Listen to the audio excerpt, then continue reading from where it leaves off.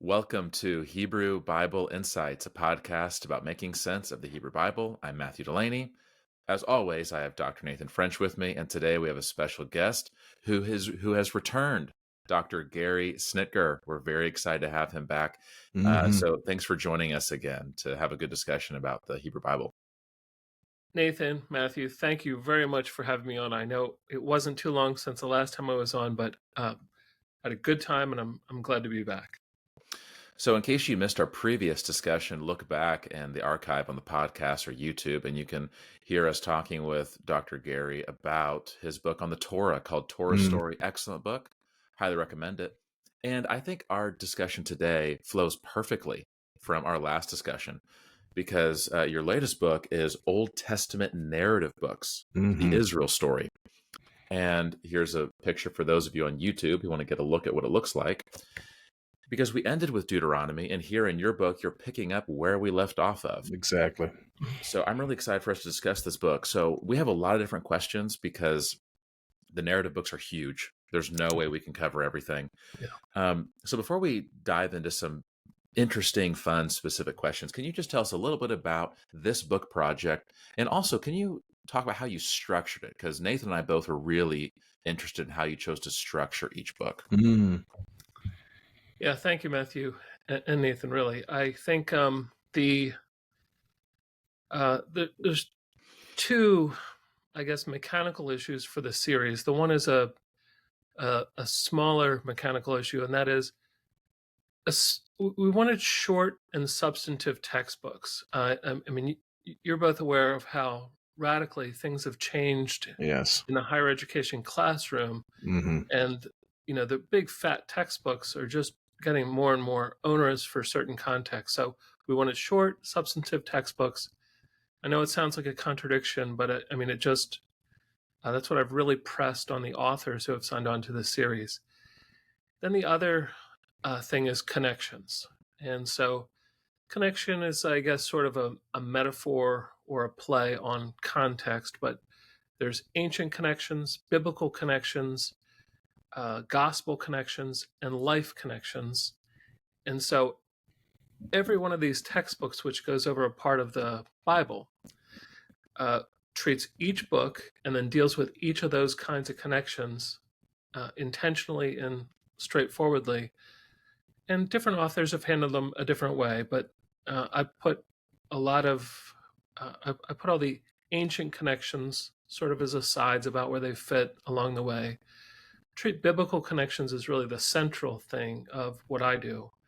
And then I put a dedicated section to gospel connections, pretty short usually, and then life connections at the end of each chapter. Excellent. Yeah, I think it's a very helpful way to structure the books because those are four categories that many people are looking for anyway, right? They want to see, how is this story understood in its ancient context? How is this understood in its biblical context? How does this connect to the gospel? And how does this connect to me? And it makes it really easy with the way you've laid it out visually, right? You can quickly, if you're reviewing the book, let me quickly, where were the ancient connections part? Oh, there it is. Or how does this connect here? You can quickly find it. As with your other book, there are also some nice visuals here. So really great. Before we dive in any further, Gary is generous enough to do another giveaway with us. So for those of you who are listening or watching this video, the week that we release it, you can go to any of our social media outlets where I'll make a post about this episode. And if you share this post on your social media account, then you will have a chance to receive a giveaway. We're doing 2 book giveaways.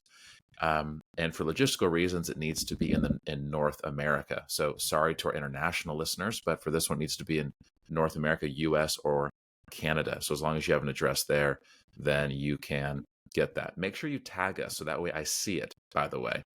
So without further ado, let's just talk about the historical books. There's a lot of places we could go here. Let me just dive right in. I'll ask a first question.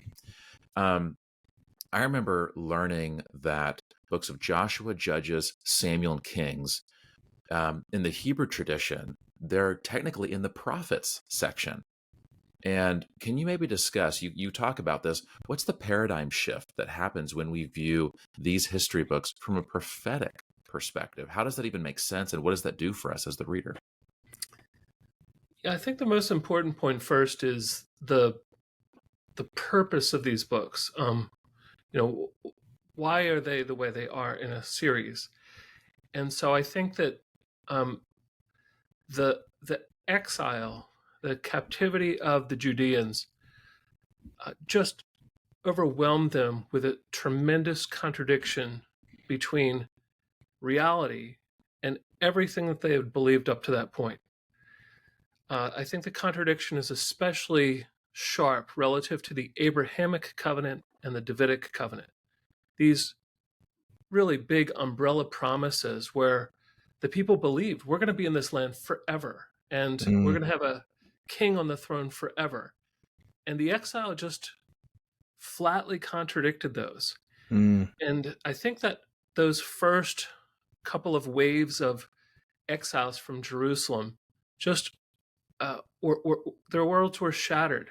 And so they might have remembered, it was just not long ago in Jerusalem where the false prophet Jeremiah was saying that this would happen. And so he was imprisoned, he was abused. And now all of a sudden, when his word comes true, the people come to realize, who are trusting in the Lord, hey, maybe Jeremiah wasn't a false prophet. Does anybody have a copy of his scroll? We need to read it. And so I think that those just centuries long viewpoints that were shattered so instantly by the Babylonian exile demanded an explanation. And of course, the prophets had been saying this for decades and centuries even, that they'd been warning this would happen. And there's warnings for this even in the Torah. Right. But it still is something that caught people by surprise. They just maybe thought that was flowery language or something. So in any case, as I see it, these narratives are reformatting or repositioning the identity of the Judeans who embrace it. They have a severe identity crisis, and they need to understand who they are. And so the serial narrative, Joshua, Judges, Samuel, Kings, about the rise and the fall of the Hebrew kingdoms, that explains who they are, why they are where they are, and what hope they have for the future. And so in that sense, if we look at the big genre labels, these are historical narratives, and we can call them that, and everyone does, and they offer a really good insight into, the history of the time. But that's not their purpose. They're not here to just, memorialize these antiquitarian things. They're not for that. They're primarily to tell a story to reshape the identity of God's people. So I think, in a real sense, then the narrative interpretation that they house, these 4 books as we know them, because they certainly weren't written from scratch right then. I mean, they're put together this way at that point. These books complement the so-called latter prophets, and so together they bear witness. One tells the story of who the people are. The other, Isaiah, Jeremiah, Ezekiel, and the 12 prophets, offer sustained and extended testimony as to why all of this had to happen, and that the exile, far from contradicting the covenant made it necessary. Yeah. And so that's one of the big messages that comes through, inevitability of the exile. Yeah, that's so helpful. I remember growing up and first encountering the historical books, and that's how they were taught to me. So I assumed, okay, I'm reading history textbooks in my history classes in middle school. So that's what the Book of Kings is. It's the history textbook for ancient Israel. But it's a totally different approach when you realize there's a purpose and there's a main point, other than just cursory overview information for the sake of cursory overview information. So I think that really will unlock a lot for people as they approach these books. Yeah, and that's part, Matthew, why I don't have historical narratives in the title of the book. They are historical narratives, but I'm really emphasizing these are the narrative books and the narrative function of these historical narratives. Yeah. Well, I think that's one of your gifts, though, is that story, right, is a word that's used in both of your most recent books, because that's something you're great at doing, is showing people how this is a story, even if it's an ancient one, and sometimes it doesn't fit our conceptions of exactly how you tell one, realizing these are stories.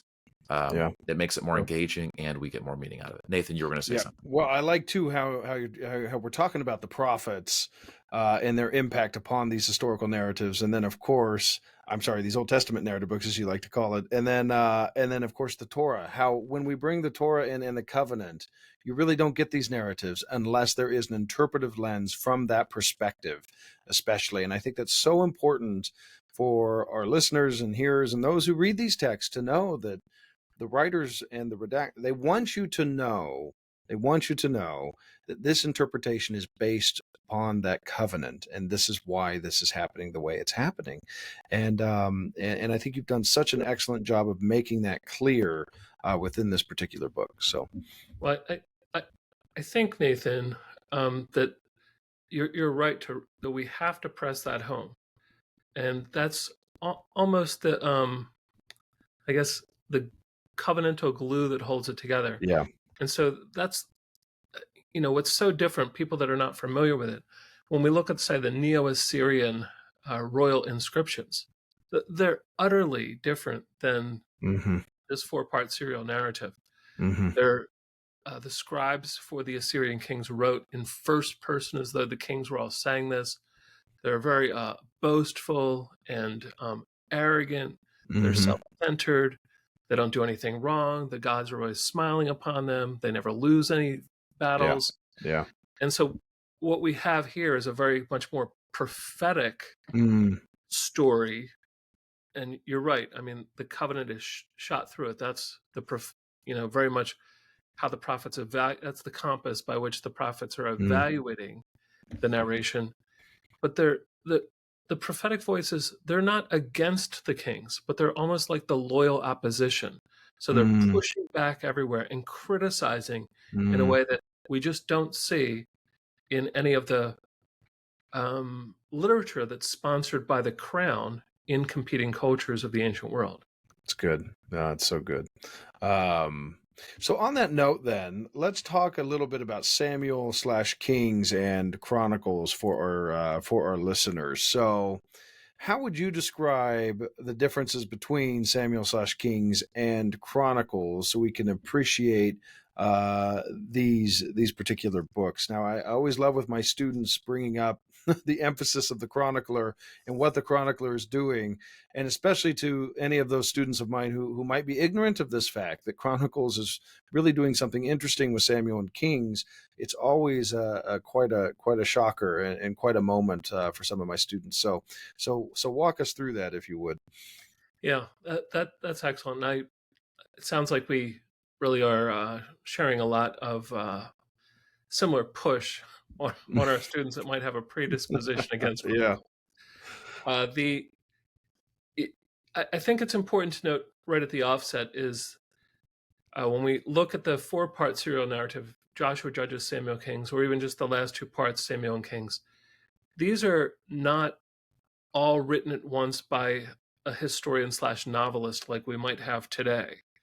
They're pieced together out of very disparate and different kinds of source material and literature. So they don't read the same at all. So right. Even Samuel versus Kings, they really are strange partners in doing the work of telling the story of the rise and the fall of the Hebrew kingdoms. Samuel is extremely literary in many of its sections. It's personal. We really feel like we get to know David. He's a complicated character. He contradicts himself. He's very emotional. He says things and takes them back. He kills people. Men love him. Women love him. Everyone loves David. Even his enemies usually have a love-hate with him. And so it's just a masterful piece of ancient literature, much like Ruth or Genesis. Kings, on the other hand, is put together, I know you know this, and this is what you're asking me, it's put together of like 3 kinds of literature, there's these royal annals or inscriptions from the Southern Kingdom. There's royal annals and inscriptions from the Northern Kingdom, and then they're put together. If you can, only this is for the people on YouTube. They're interweaved in the middle part of Kings, but then in that interweaved middle part, there's also a collection of very colorful Northern prophet stories that are not dated, and they're all just stuck in where they might fit in between the interweaved Northern and Southern sort of dry formulaic. Even that, I mean, it's driven by formulas, and so it's very static in Kings.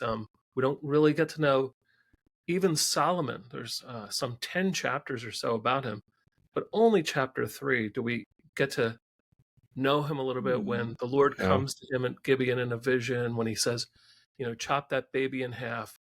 Those are moments where we feel like, oh, I'm getting to know Solomon. But beyond that, we're really at a distance from him and most of the other kings. And the author of Kings is always afraid. He doesn't want us to misinterpret anything. So we're told right up front, this king did evil in the eyes of the Lord, or this king did good in the eyes of the Lord. So we get the interpretation up front, and then there's a static presentation of the king. So in short, Samuel and Kings then, they do fit together, and we can see, right, the editor, or you use the word redactor, that's fine, a collector, has used some of the same formula that we see in Kings is overlaid onto Saul and David in Samuel, so that there is this sense of continuity in these very different kinds of literature.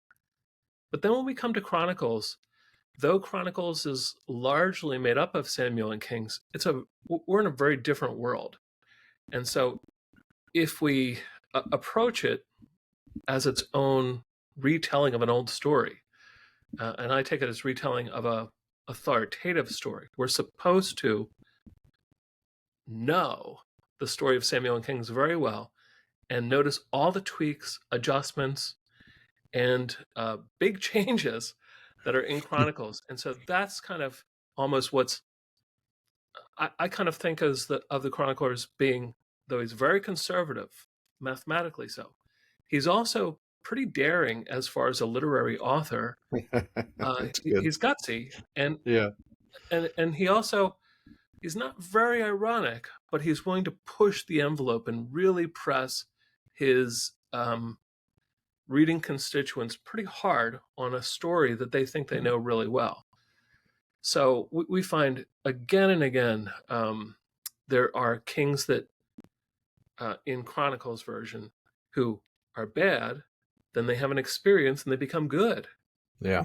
They're good, then they have an experience and they become bad. So there's a dynamic treatment of many of the kings who are treated statically and flatly in Kings. And I think the other thing that is just really important is the centrality of worship in Chronicles. That the purpose of the Davidic kings, they're patrons of the temple. So any stories that are not about the kingdom or Jerusalem or the Levites or the temple, they're just not in there. So the whole book is orbiting the temple. And that's really the issue with Chronicles, right? It's written, I guess, if we date it around 400 BCE, and I'm inclined to do that, give or take, but no sooner than that. That's going to put it a good 160 years after the likely writing of the Book of Kings, based upon the release of Jehoiachin from his confinement there in Babylon. Now, I think a lot of moderns don't realize when we read the Bible, 160 years in the ancient world is just as long and just as complicated as 160 years in modern times. That's good, yeah. And if we think back, 160 years ago right now, the Civil War wasn't even over yet. Yeah. And we think of all the cataclysmic things that have happened in the United States in these past 160 years. And there's all these lingering problems and everything. So there's continuity for sure, but a lot has changed. Yeah. And if we think about Judah in exile, and Judah returned to Jerusalem in this economic depression that they're facing and really wondering who they are and why they're worshiping in this temple, these are much more dramatic changes in their 160 years than the ones we've experienced in our situation. And so the chronicler needed to use this old story, but he's redefining the identity of the people once again. People that, hey, we can join David. We do join David.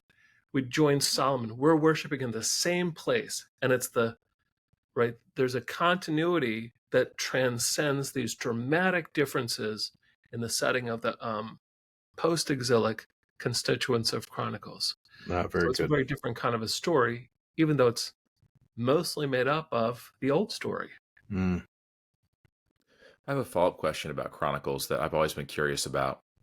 I think some of the unfortunate ways we approach Chronicles is perhaps due to where it's located in our Bibles, that it's very common that most people encounter Chronicles as immediately after Kings. And again, growing up, I felt like it already doesn't help that it's a lot of genealogy at the beginning, which is hard for us to appreciate. But even that aside, once you get your way through that slog, you then think, oh, I already read these stories. And it feels like a review that's way too early. And it's like, you know what, just fine, skip it, or I'll skim it, or whatever, on to the next thing. But then learning that in some of our ancient Hebrew codices, that the Masoretic texts, like the Leningrad, Aleppo, Sassoon, they place Chronicles at the beginning of the Ketuvim, right before Psalms in the third section. So it's many books removed, and it's at the head of that third section.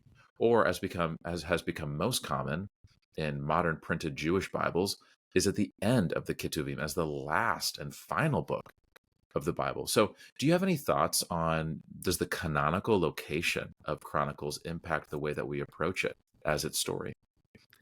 Yeah, for sure. And I'll just say this and come back to it, but I'm not following any of the canonical orders in the way I've arranged the chapters of this book.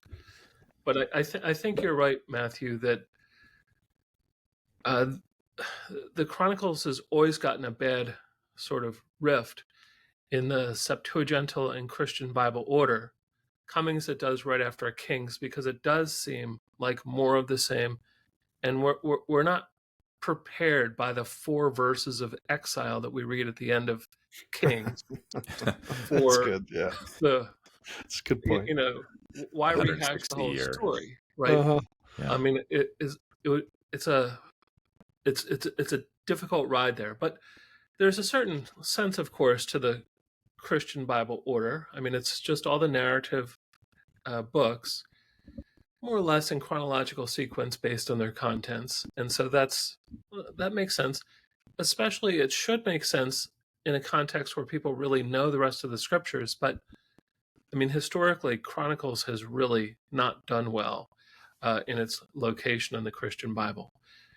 I think that's right. In the Torah, prophets, Ketuvim, the writings, there, right, if Chronicles is at the head of the writing, so it's after the prophets, and so there's, and just starting this new thing. So it begins with Adam, retells the story of the Davidic kingdom, and ends with the Edict of Cyrus. In that sense, it creates a framework for the Ketuvim. And so, the attention to the worship really works well off of that. The attention to David's genealogy, wisdom, all of those things, and even the books of theodicy and exile, they all work really well with Chronicles sort of setting the framework or setting the table for those. And then, and I think you probably know this, but I think BHQ, they're intending to put it in that order. Once they put BHQ together, they're going to start the Ketuvim with Chronicles. Oh, thank you. So That has been a the pet peeve of mine for That's so right. long. I'm like, if your goal is to represent the Leningrad Codex, yet you Dude. make a little footnote and say, but we're going to put Chronicles later. It's like, what are we trying to do here? Are we who trying to knows? match modern Exactly. orders? I don't want to speak for them. They might change their mind right at the last minute.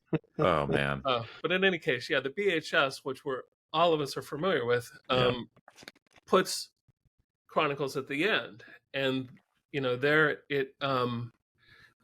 it's a really good spot for it in another way, because coming through Lamentations and Daniel, Ezra, Nehemiah, right, we realize how dramatic and tragic the exile is.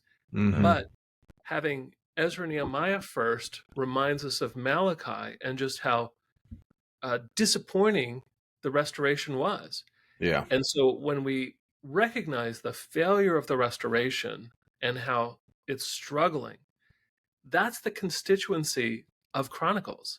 So that helps us to join with the readership and say, hey, here's who this book is for. It's written for people that really haven't found their way in trying to bring everything back, because I mean, they're bold and daring to go back to this economically depressed hinterlands of Judah, which was decimated by Nebuchadnezzar and took centuries to get over that. But many of them probably had high hopes, reading their prophetic books and thinking about, well, Isaiah said this and the other prophets said that. And they have a really disappointing reality reading those prophets so expectantly and living out this very meager and troubled life in the hinterlands of Judah. Yeah. And so they need Chronicles very badly. They need to know who they are. And so anyway, in very, very short terms, I in my book, I just treated the 4-part serial narrative first, the rise and the fall of the Hebrew kingdom that we've talked about, Joshua, Judges, Samuel, Kings. And the other narrative books, they're thematically all related to exile and return or restoration. Yeah. So just based on the contents of the book, I placed them in chronological sequence, and I put Chronicles at the end. I really wasn't sure what to do, but I decided, because it's sort of a overview of the whole thing, I put Chronicles last. Begins with Adam, goes to the Edict of Cyrus. Sure. Well, that's so helpful. Chronicles is a personal, it's in my top 10, and I think it gets such a bad rap, and I hope people can appreciate approaching as its own story. So thanks for giving all that. I think you've given us a really good segue, by the way, unless, Nathan, you have any follow-up thoughts before our next question. No. I like the segue, because I think he has given us a good segue here. You've given us a really nice segue with chronology, because I think our listeners would be shocked, I think, to learn that the way that the ancient biblical authors told stories was not always so straightforward, pun intended. Sorry, I'm a dad now. I have dad jokes. It's bad. So I wonder, though, if the book of Judges, I think our listeners would be shocked. In fact, I'm not going to spoil it. You just take us away with the book of Judges, how there's something surprising in the structure of the book. Well, I'm going to just tell your listeners then, this is a spoiler alert. If you want to enjoy the surprise ending of the book of Judges for yourself, pause the video, read Judges, and then come back to it. I think that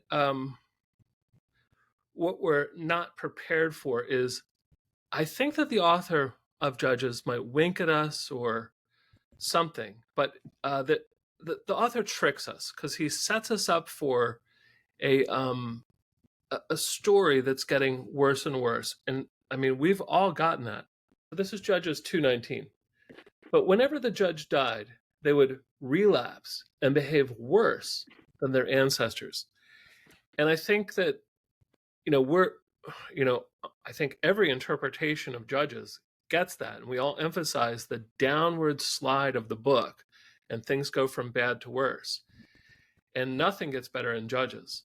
So what surprises us a little bit is, after the really the horrible judging of Gideon, Jephthah, and Samson, we think, how much worse could it get? But the book of Judges does not disappoint. It ends with these 2 doozy episodes that are so bad that based on this formula that we've been hearing, and the Israelites did evil in the eyes of the Lord. We hear that again and again.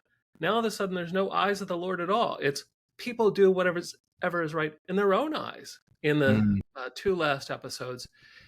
And so the one episode of the Danite debacle, just a complicated story, but it is about worshiping wherever you want in the wrong way. And so it's a play off of a saying in the place legislation of Deuteronomy 12, where people do what's right in their own eyes. They worship wherever they want. And so here's a story where the Danites do that. They get a priest who's sort of just doing his own thing, and then they take the priest and they don't move to the land that God promised them. They move to a land where there's some weaklings, and they take their land and they just move wherever they want, and they set up their own worship. So it perfectly fits that saying where they're just doing what's right in their own eyes.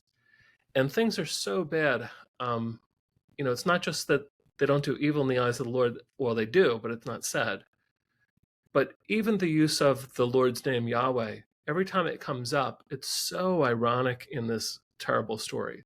The mother of the character Micah there says, "Oh, my son, thank you for returning this stolen silver.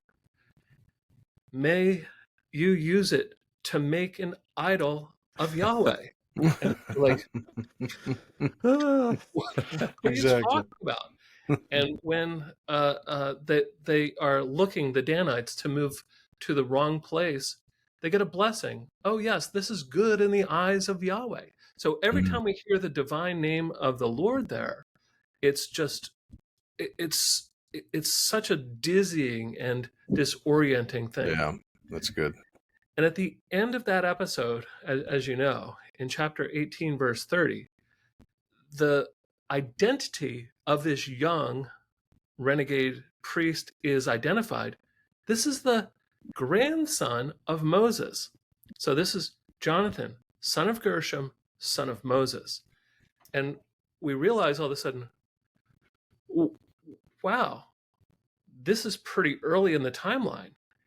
And what's even underlines it even more, the author of Judges uses the word young 5 times to describe how, this is Moses' grandson when he's young. And so we all know that Gershom was already born before the Exodus. And so if Jonathan's young, I mean, this is very early in the days right after Joshua. I mean, just about immediate. Then, of course, the last story is the terrible story of high hypocrisy and sexual abuse and just the brutal treatments in the highlands of Benjamin, which almost caused a civil war and almost wiped a tribe out. And then the really striking hypocrisy of the leaders at the end who they went to a civil war to clean things up with the way Benjamin was acting. But in their overkill, they almost wiped Benjamin out. So here's the solution. Tell you what, guys, go up to Shiloh and sneak in there and steal virgin girls and run away with them, and we'll protect you. And it's like, yikes. Yikes. Wow, you've really cleaned everything up. Good for you guys. I mean, way to go. And in the midst of the story, in chapter 20 and verse 28, we learn that one of the times they're seeking God's will in all this, that they come to Tabernacle, and who is in charge of things there? Well, none other than Phinehas, the grandson of Abraham. Abraham. Wow, that is early. Man, real early.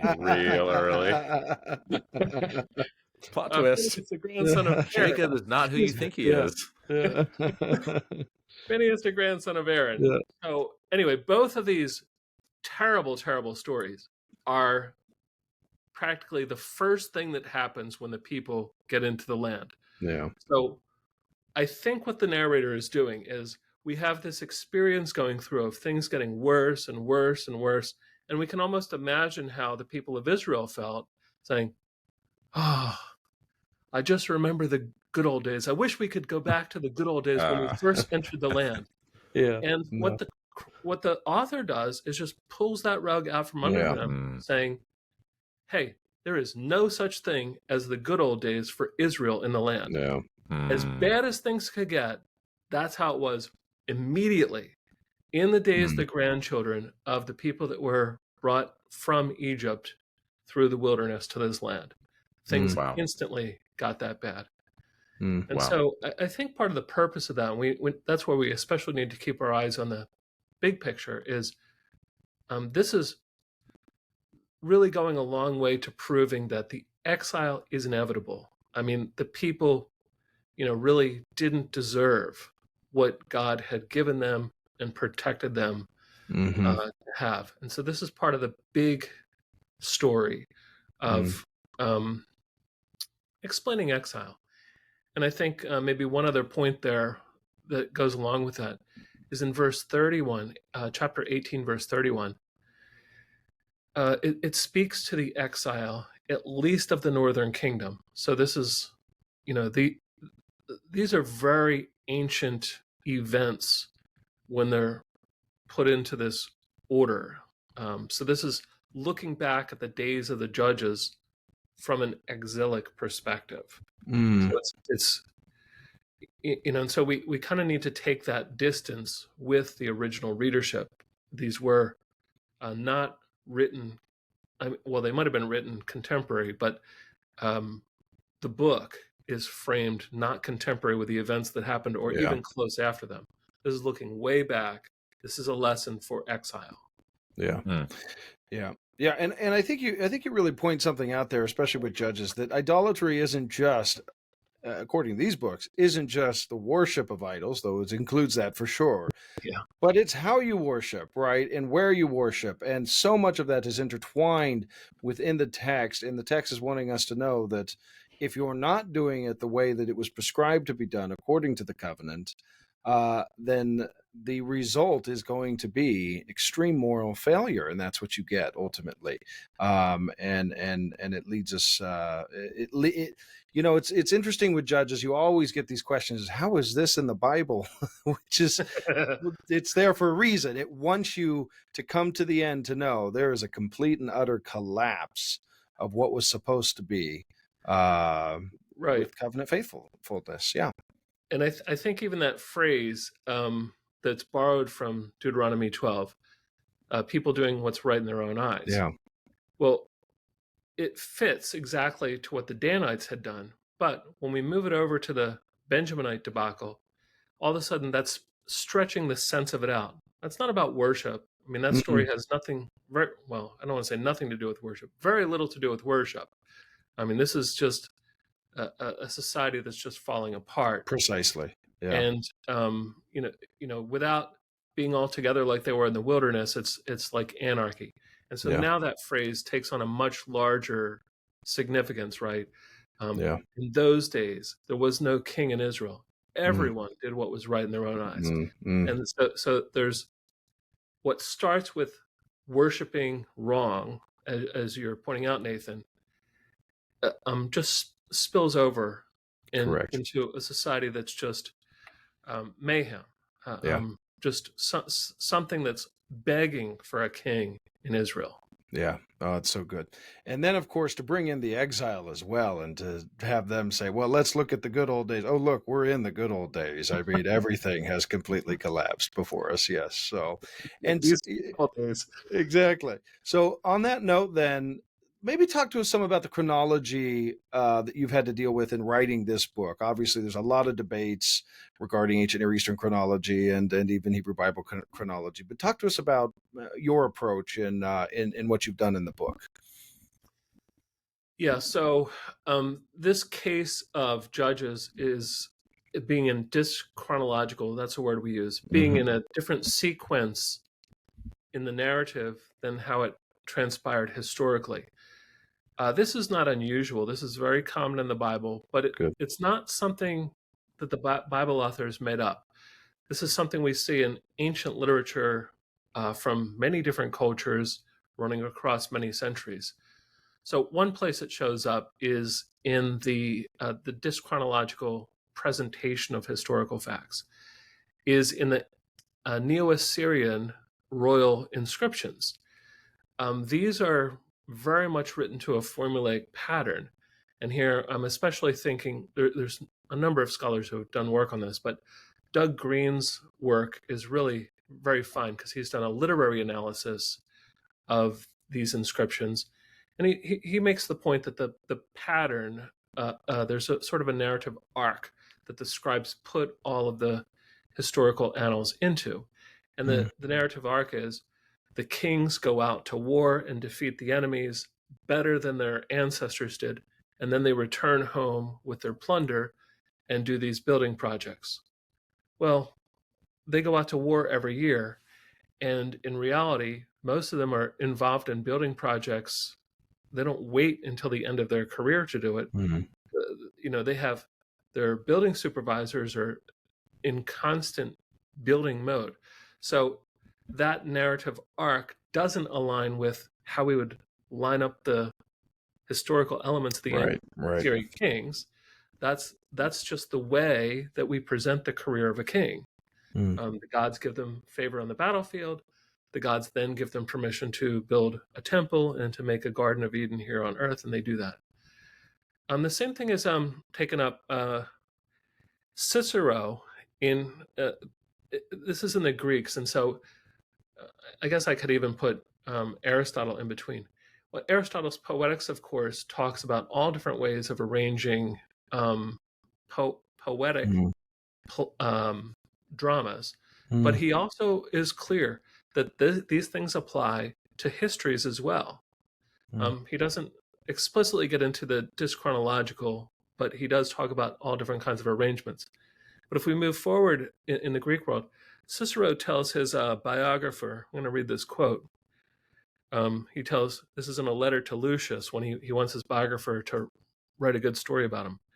Quote, "The actual chronological record of events exercises no very powerful fascination upon us. It is like the recital of an almanac."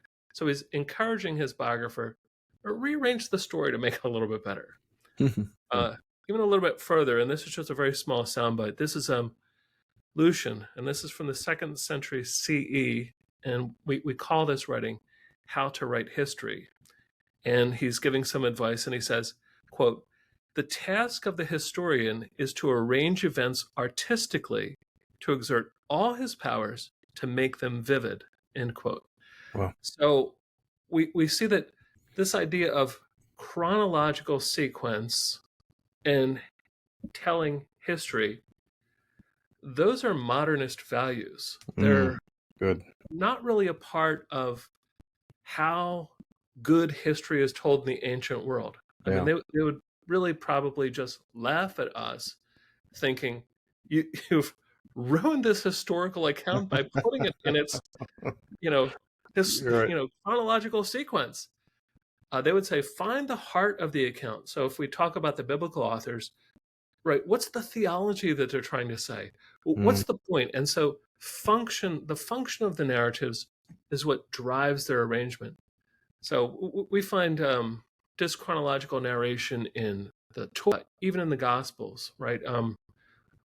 We all get that something's going on in Luke when John the Baptist is arrested before he baptizes Jesus, right? That's a different sequence. Moses in Exodus 33 goes into the tabernacle before the tabernacle is built in chapter 40, right? Yeah. So we have this, and in the books, the historical narratives that I've worked on in this book, there's lots and lots of examples, but one would be we find out about Hezekiah giving tribute to Sennacherib, sort of the outcome before the story is told. So the whole Hezekiah story, the episodes are in exactly reverse order. Start at the end and work our way back to the beginning. Similarly, in Ezra chapter 7 and 8, we're about to get into this dramatic story of these civilians, unarmed civilians, taking tons and tons of treasures back to Jerusalem, and they're all worried about it. Well, the very first thing the narrator does is tells us they arrived back in Jerusalem safely, and then the story is told.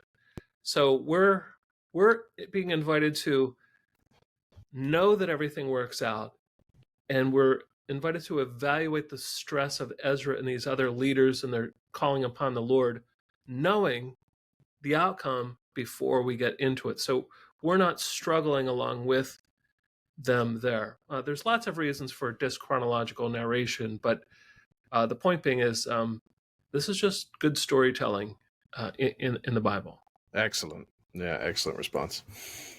Yeah, and I think we should realize that although I think when we're telling history, this generally feels foreign, but I think even today there are some TV shows and movies or books that illustrate how we do value creative storytelling. Like a movie came out a few years ago called Arrival, about an alien invasion that was very creative, had a huge plot twist at the end that made you like realize, oh, this is how time was working. Yeah. Or Christopher Nolan is a very famous movie director who he's been very creative in some of his movies on perception of reality. I understand those are fiction, and we might still feel like, no, you could never do that with nonfiction, but we at least understand intuitively there is some logic to why you would want to do that as a storyteller. And you've already quoted some ancient historians who they're very open about their process. Yeah, I think that's important, Matthew, and don't want to get into a big tirade about it, but just I think we need to really, I guess, emphasize that there's no contradiction for the ancients between literary art and historical veracity. Yeah. That, you know, they would say we have to tell the story in the way that brings the truth of this historical realities out. And a lot of times that might be rearranging and juxtaposing things in a way to bring that theology to the fore. And none of the biblical authors are shy about this. That's really good.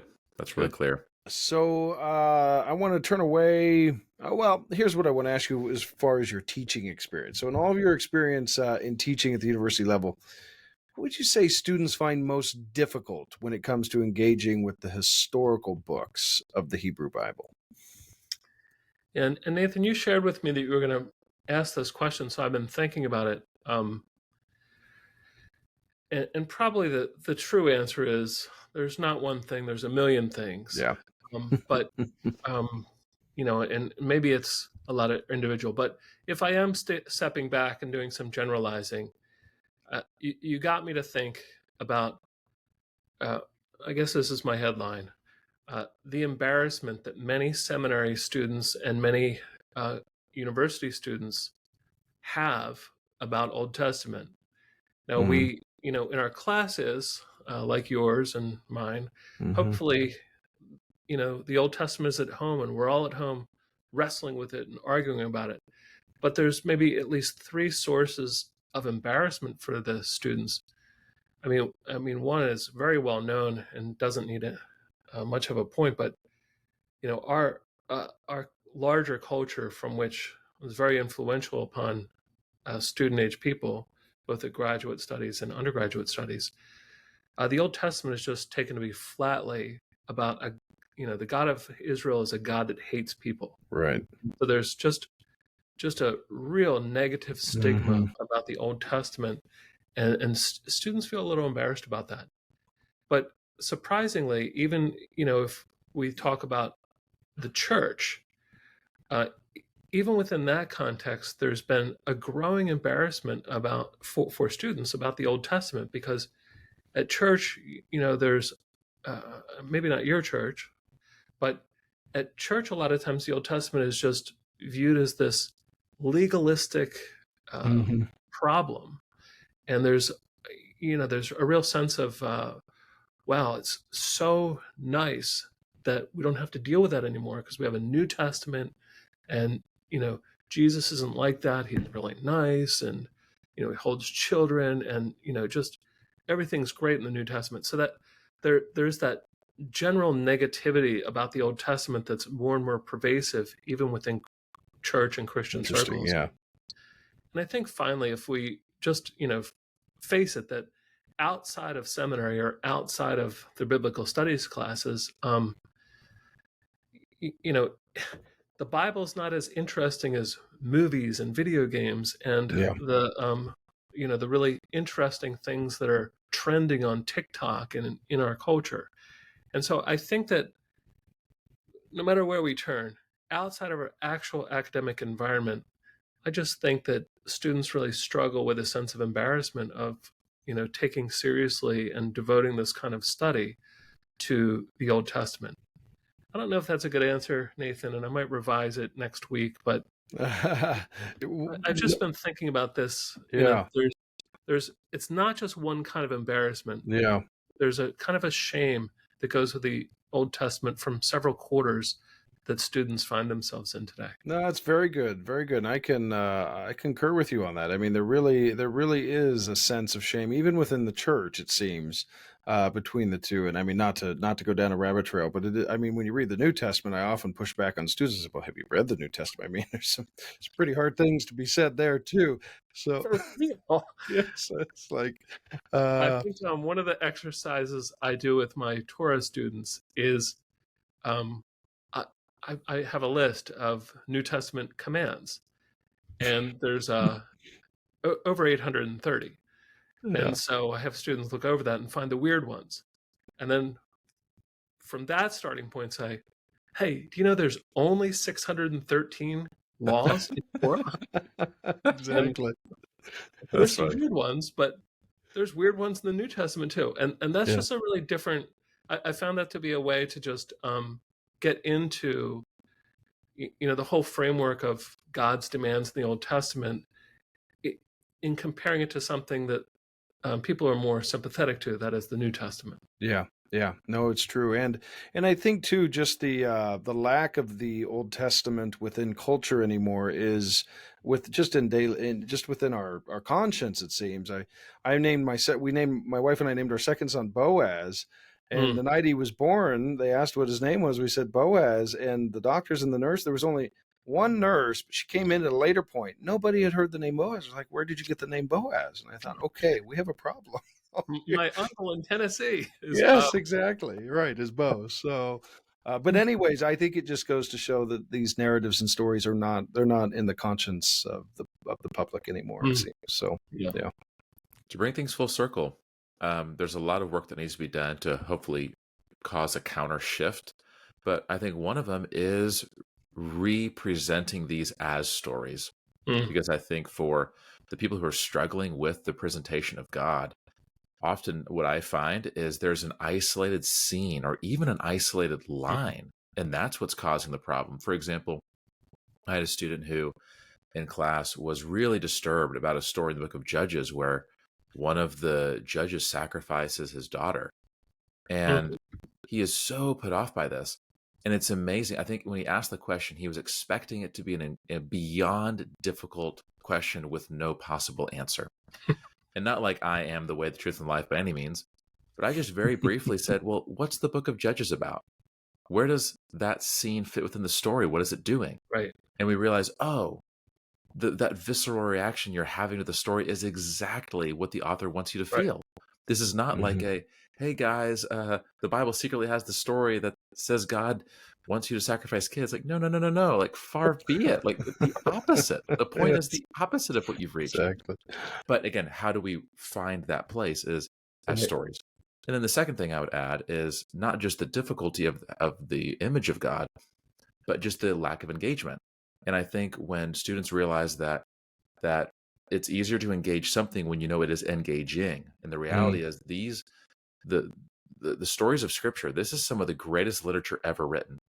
And if we don't feel that, the reason is because there's probably something about the history, the culture, or just our understanding of how literature works that we're not getting. And fair enough, this was written a long time ago. So what do you need? It's just a guide, someone who can show you this is amazingly engaging stories. Once you get those tool sets, then it's like, oh, this is great. And once again, shameless plug, if you don't feel like you have a guide, here's one. Yeah, exactly. And I know that you've mentioned before that some of your books are designed for multi-purpose and some you especially have textbook in mind. But even more so than your Torah book, like this is a book that anyone could just pick up and read. This doesn't, in my opinion, read like a textbook at all. I think that you obviously can use it as a textbook, but this is a great way for someone who wants to be engaged once again with these stories. Here's a guide who can be with you to help open your eyes along the way. So, I wish we had time for all of our questions here. We probably have time for one, maybe two more. I think we should for sure ask our last question. That's my bias. I loved that part of your book that you mentioned. Nathan, is there a different question you want to ask, or do we just want to go to our last question? Let's go to that last question, because it's a good one. I think we're going to have a good response here. So, yeah. So you reference a piece of artwork, Dickens' Dream, and say, faithful Christians would do well to surround themselves with scenes from the narratives of Israel's scriptures. Can you give some insight on what this can look like for people who want to incorporate this kind of focus with scripture reading, and with a specific emphasis to the books in this textbook here? But one more preface point to this question: meditating on scripture. In fact, Joshua, the first of those historical books, begins with this idea. And I know many people of faith who take the meditation of scripture seriously. But in my experience, I find that's mostly focused on the line level, where it's, let me find a sentence to meditate on. So can you maybe speak, what would it look like to, if you will, to surround ourselves, to meditate on the scenes of Israel's history and the value that has? Yes, I'll back up for one, just very briefly. I'm not an art critic, but this picture called Dickens' Dreams, it's kind of folksy or whatever, but it's right after Charles Dickens, the beloved novelist, died. An artist drew Dickens, I guess, older in his prime, but dozing off on his study chair where he used to write some of his books. And all around him are just these little clouds of his dreams. And it's all scenes from many of Dickens's beloved books. So that's kind of where the thought comes from. But I think, Matthew, that, and I know, Nathan, you're pointing on this question as well. When I had a chance to visit Israel, my wife gave me a trip there as my a gift for finishing my PhD. I went there in the year 2000, and I didn't take a camera, and I should have, but I didn't, and I was just too proud because I just had my Bible and my notebook, and I was just going to live. I wasn't going to, have this camera on my face the whole time. Well, one of the moments that was just really great about this visit was on the Nazareth Ridge. And of course, they bring all the tourists over to the Nazareth Ridge, and we all look down, and we see where Jesus was not thrown off this ridge, right? That's kind of the gist of this. And everybody's, wow, and taking all these pictures. I just stepped back and I looked around from what you can see on the Nazareth Ridge. And way down to the left is Mount Tabor. And as you scan across the Jezreel Valley, well, there's Mount Gilboa, and there's the Hill of Morah. And looking across, I mean, you can see the places where Barak and Deborah, and where Gideon's men drank from the brook in different ways. Some of the places where Elijah and Elisha did miracles, where Saul's decapitated body was put up. I mean, so what just struck me, I drew a sketch of it in my notebook, standing there while everyone else was taking pictures, and I wrote down some of these notes, but it struck me, people that grew up in Nazareth are walking around in the physical setting of so many of these Old Testament episodes and stories. I thought, what a profound place to live. And so it really just has stuck with me. And it fits with the same kind of idea. I think maybe part of the answer comes from Deuteronomy 6, where it's not just love God and keep his commandments, but it's instruct the next generation with these things everywhere, all the time, as you get up and as you walk along and when the next generation comes and says to you, what do all these commands mean? then there's an answer there for the older generation to give. And the answer is tell them the story of the Exodus. Yeah. So it's, the meaning of God's will, if you will, in something like that, is for us to tell the stories of redemption, tell of what God has done. These are our stories, in a sense, to make sense of what God's will for us is. And so I think it's hard for me, when we think about the whole Christian Bible, it's hard for me to imagine how anemic the view of the Jewish Messiah is when we consistently have a framework of creation, fall into sin. Okay, let's go to Golgotha now. Right. And we just skip the in-between. And it sort of empties out the significance of our faith in Messiah and so good. What our Christian faith is all about. Anyway, so those are, I think, some of the things that I think of, when I have to provide a little bit of commentary about this portrait that was drawn about Dickens. Yeah, that's inspiring. Love it. Very inspiring. Either of you two, any last thoughts as we close?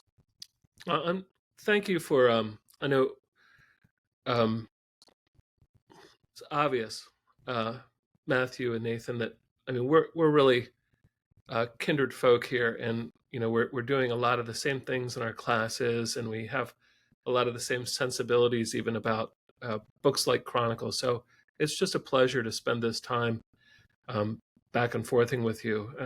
Really, thank you for inviting me onto your program. Yeah, Absolutely. so good. Yeah, so good to have you. And I think too, in that last point, it's we realize with the Old Testament especially that geography is theology, right? To just put it in everything you were just talking about. I think I'm quoting John Levinson, they're from Harvard, but true, it's just so true. And this book is fantastic, Gary. I really, really loved it. And as I was telling you before we even came on, it's just so thorough what you were able to get into this. As you said, it's not a massive volume, but it's so thorough, but yet so well presented, as Matthew said, in a way that you really can pick it up and just read through it, but you will get what you need to get regarding a massive textbook. And I'll just say that. And it's really good. So well done, great work. And really thankful that you came on and could share with our listeners regarding it. So excellent. Pleasure. Thank you very much. So people are going to be listening to this at different times. What are some of the best places for people to get this book if they're interested? Oh, probably Amazon here in the United States anyway. They deliver quick, cheap prices usually. Yeah, excellent. All right, we'll put links to the show notes below. And Gary, thank you once again for joining us on the podcast today. Thank you very much.